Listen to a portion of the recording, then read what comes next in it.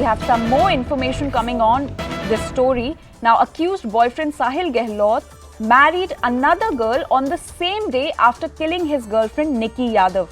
So, as I told you earlier, Nikki Yadav was against Sahil's marriage to some other girl, and according to reports and this latest piece of information that's coming in, the accused boyfriend Sahil Gehlot married another girl on the very same day he killed his girlfriend Nikki Yadav.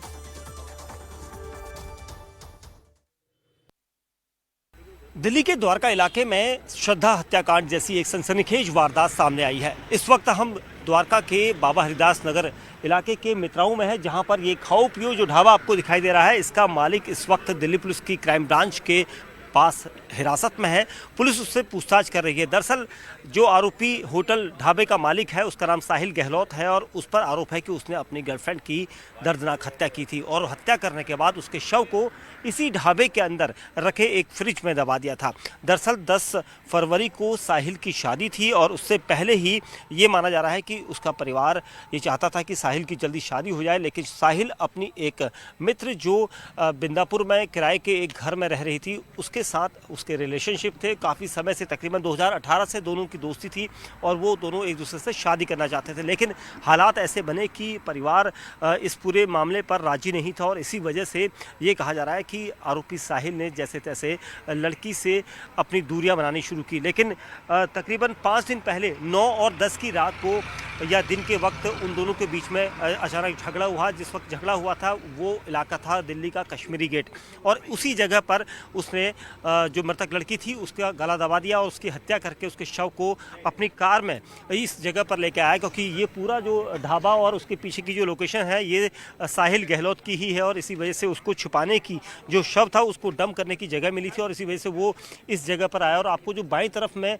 ये पूरा portion दिखाई दे रहा है ये kitchen है। जो ढाबा तकरीबन 1 महीने भी नहीं हुआ है इस ढाबे को शुरू किए हुए, क्योंकि सचिन साहिल जो गहलोत था उसने इस ढाबे को शुरू किया था ताकि वो अपना बिजनेस आगे बढ़ा सके, लेकिन ऐसा नहीं हो सका और इसी जगह पर उसने अपनी प्रेमिका की हत्या करके शव को इसी जगह पर छिपा दिया। और 10 फरवरी को उसकी शादी थी। इलाके के लोगों के मुताबिक 10 फरवरी को जब उसकी शादी थी उस दिन भी वो मिसिंग हुआ था और उसके बाद उसने भागने की कोशिश की थी, लेकिन क्या हालात थे, क्यों भागा, इस पूरे मामले पर क्राइम ब्रांच की टीम है उससे अभी पूछताछ कर रही है। उसकी गिरफ्तारी हो चुकी है और पुलिस का कहना है कि उससे लगातार पूछताछ हम कर रहे हैं ताकि कुछ ऐसे सवालों का जवाब जिसे पुलिस चाहती है वो मिल सके। और वहीं दूसरी तरफ पुलिस ने इस जगह से जिस फ्रिज में उस शव को रखा गया था उसे यहाँ से हटा लिया है और पुलिस कोशिश ये कर रही है कि जो स्पॉट की जितनी भी चीज़ें थी उन सब पर एक इन्वेस्टिगेशन की जाए। हालांकि दोनों काफ़ी समय से एक दूसरे को जानते थे, उसके बावजूद भी इस पूरे घटनाक्रम को क्यों अंजाम दिया गया ये भी सबसे बड़ा सवाल है, क्योंकि श्रद्धा हत्याकांड जब हमने कवर किया था तो उस दौरान भी इस तरह के सीक्वेंस बने थे, क्योंकि आरोपी आफ्ताब और श्रद्धा की जो दोस्ती थी वो भी कुछ इसी तरह के कारणों से टूटी थी और इसी वजह से पूरा उसका सीन था। लेकिन फ्रिज में छुपाने का जो आइडिया था, क्या उसी केस को लेकर आरोपी जो साहिल गहलोत है उसके दिमाग में भी आया था, ये पुलिस उससे इन्वेस्टिगेट कर रही है, क्योंकि शव को कई दिन तक छुपाया था। क्या 4 दिन या 3 दिन का रेशियो था, इसके बारे में पुलिस इन्वेस्टिगेट कर रही है और पूरे मामले की जांच की जा रही है। आरोपी साहिल गहलोत ने निक्की यादव की हत्याकांड को अंजाम देने के बाद उसे लग रहा था कि उसके शव को छुपा देने के बाद वो मामला कहीं से भी किसी को भी पता नहीं चलेगा, इस मामले पे किसी को भनक तक नहीं लगेगी। लेकिन उसे इस बात का एहसास नहीं था कि कानून के हाथ काफ़ी लंबे होते हैं। दिल्ली पुलिस की क्राइम ब्रांच ने इस मामले पर एक बड़ा खुलासा करते हुए आरोपी को धर दबोचा और इस मामले में सबसे बड़ी बात कि जिस दिन निक्की यादव की हत्याकांड को अंजाम दिया था उसी दिन दूसरी लड़की से आरोपी साहिल शादी कर लिया था। हालांकि जैसे जैसे इस मामले में अब तफ्तीश का दायरा आगे बढ़ता जा रहा है, कई बड़े खुलासे होते जा रहे हैं और कहा जा सकता है आने वाले वक्त में इस मामले पर दिल्ली पुलिस की क्राइम ब्रांच कुछ और खुलासे कर सकती है। Our correspondent Anshul is joining us on this story. Anshul, can you tell us more details about this horrifying murder case that has come to the fore in the national capital?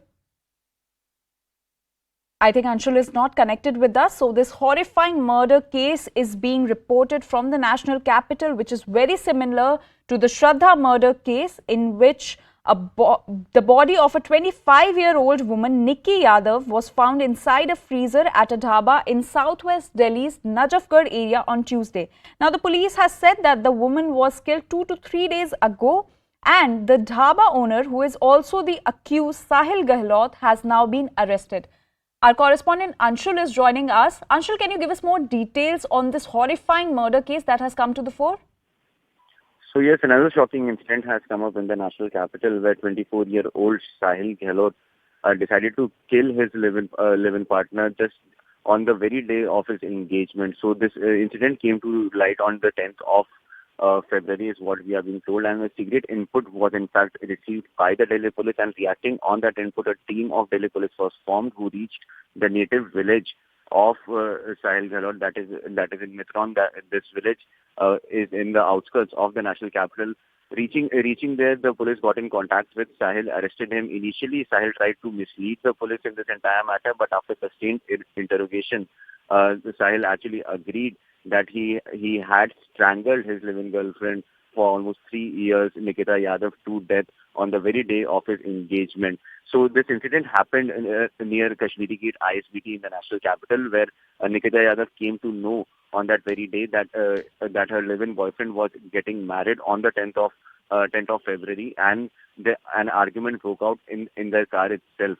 So what the information that we are picking up at this point in time is that Sahil decided to kill her. He strangled her to death by a charging cable that was present inside his vehicle, and after he strangles her to death, he takes her body to this village in the outskirts of the national capital where he had a dhaba, and in that dhaba he stored her body for 2 to 3 days. But yet Sahil informed the police that the body was kept in the dhaba, and the police had managed to recover that body as of now. So yes, this is the entire inquiry is in very preliminary stage. However, the entire story that has been narrated by Sahil is at this point in time being verified by the Delhi Police's crime branch, and in the next few days we could expect a charge sheet to be filed in this entire matter, after which strict punishment could be given to Sahil.